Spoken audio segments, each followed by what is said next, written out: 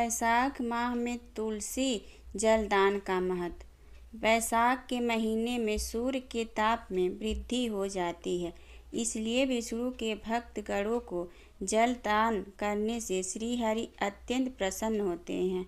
भगवान श्री हरि कृपा करके उनसे अभिन्न तुलसी वृक्ष को जल दान का एक सुयोग अथवा शुभ अवसर प्रदान करते हैं। तुलसी श्री कृष्ण को अति प्रिय है। उनकी कृपा के फल से ही हम भगवान श्री कृष्ण के सेवा का अवसर प्राप्त कर सकते हैं। तुलसी देवी के संबंध में कहा गया है, तुलसी के दर्शन मात्र से ही संपूर्ण पाप नष्ट हो जाते हैं। जल दान करने से यम भय दूर हो जाता है।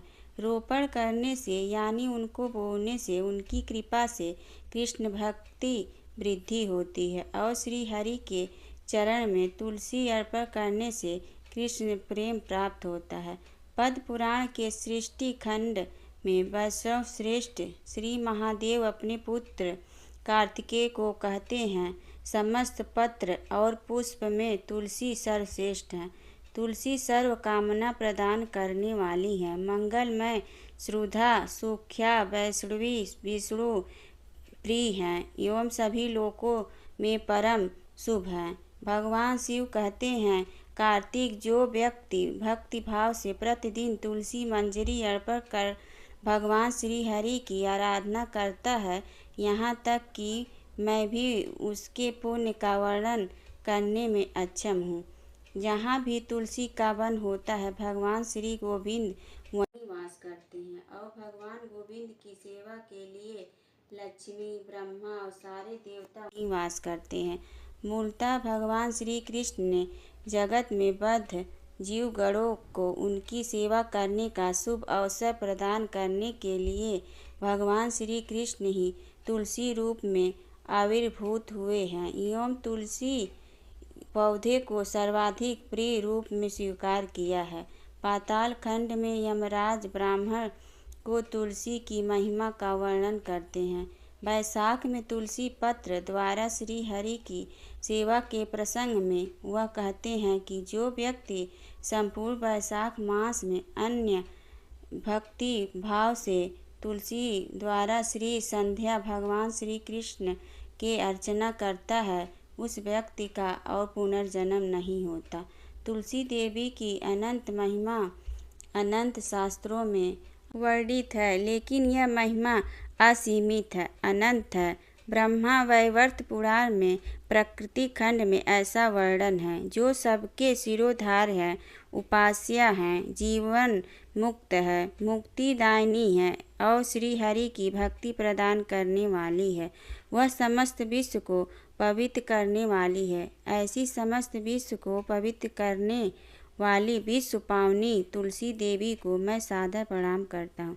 समग्र वैदिक शास्त्रों के संकलन करने वाले तथा संपादक श्री व्यास देव तुलसी की महिमा करते हुए पद्म पुराण के सृष्टि खंड में कहते हैं, तुलसी देवी की पूजा, कीर्तन, ध्यान, रोपण और धारण पाप को नाश करने वाला होता है और इससे परम गति प्राप्त होती है। जो व्यक्ति किसी अन्य को तुलसी द्वारा भगवान श्री हरि की अर्चना करने का उपदेश देता है और स्वयं भी अर्चना करता है, वह श्री माधव के धाम में गमन करता है।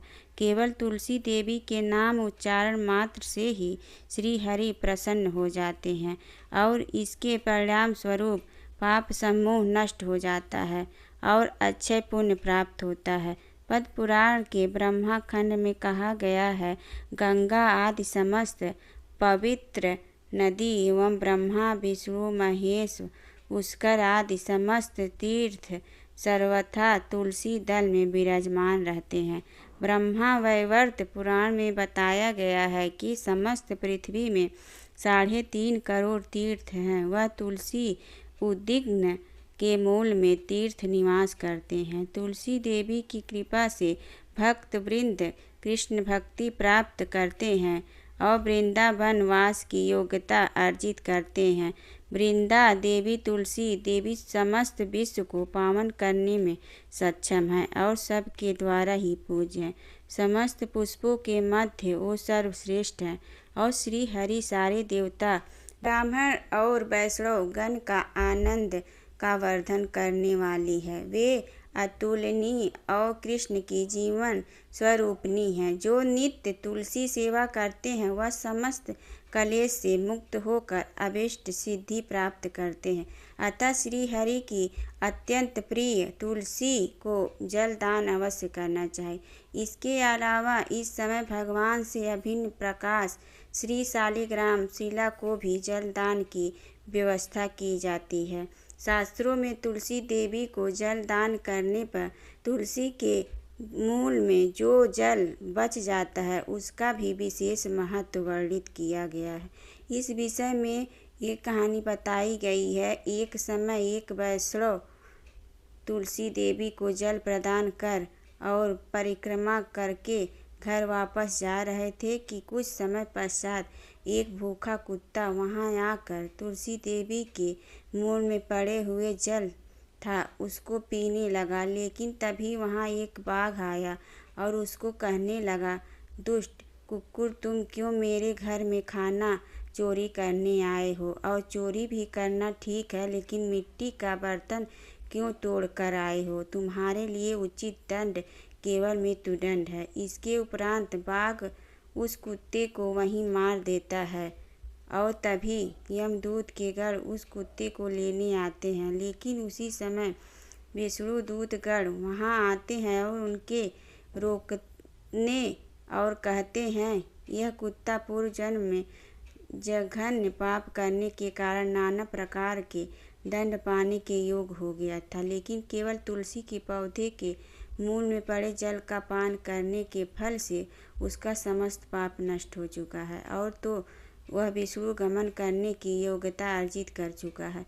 अतः वह कुत्ता सुंदर रूप को प्राप्त करता है और वैकुंठ के दूत गणों के साथ भागवत धाम गमन करता है। जगत जीवों को कृपा करने के उद्देश्य से ही भगवान के अंतर्गत शक्ति श्रीमती राधा रानी का प्रकाश वृंदा तुलसी देवी के रूप में इस जगत में प्रकट हुई।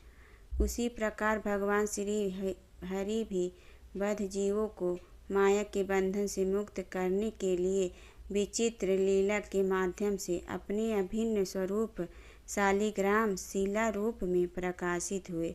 चारों वेदों के अध्ययन से लोगों को जो फल प्राप्त होता है, केवल शालिग्राम शिला के अर्चना करने मात्र से ही वह पूर्ण फल प्राप्त किया जाता संभव है। जो शालिग्राम शिला के स्नान जल चरणामृत आदि को नित्य पान करते हैं वह महा पवित्र होते हैं एवं जीव के मन के अंत में भागवत धाम गमन करते हैं। पौराणिक कथा के अनुसार तुलसी माता विष्णु भगवान के लिए रविवार के दिन व्रत रखते हैं और इसलिए इस दिन उन्हें जल नहीं चढ़ाया जाता है। एक अन्य कथा है कि तुलसी माता का विवाह भगवान विष्णु के ही एक रूप शालिग्राम से हुआ था और रविवार के ही दिन तुलसी अपने पति के लिए उपवास रखती हैं। यदि इस स्थिति में उन पर जल चढ़ाया जाए तो उनका उपवास टूट सकता है। तीसरी कथा के अनुसार तुलसी माता को विष्णु भगवान अत्यधिक प्रिय मानते हैं और इसी के चलते इस दिन तुलसी को जल अर्पित करना वर्जित है। कहा जाता है कि रविवार के दिन आप तुलसी पर जल चढ़ाएंगे तो आपके लिए यह बेहद अशुभ साबित होगा। घर में मुश्किलें पैदा हो सकती है और सुख समृद्धि की क्षति हो सकती है। इस बात का भी ध्यान रखना चाहिए कि आप तुलसी के पत्ते रात के समय या मंगलवार, शनिवार और रविवार के दिन ना तोड़ें। साथ ही माना जाता है कि कभी भी बिना नहाए तुलसी के पत्ते नहीं तोड़ने चाहिए।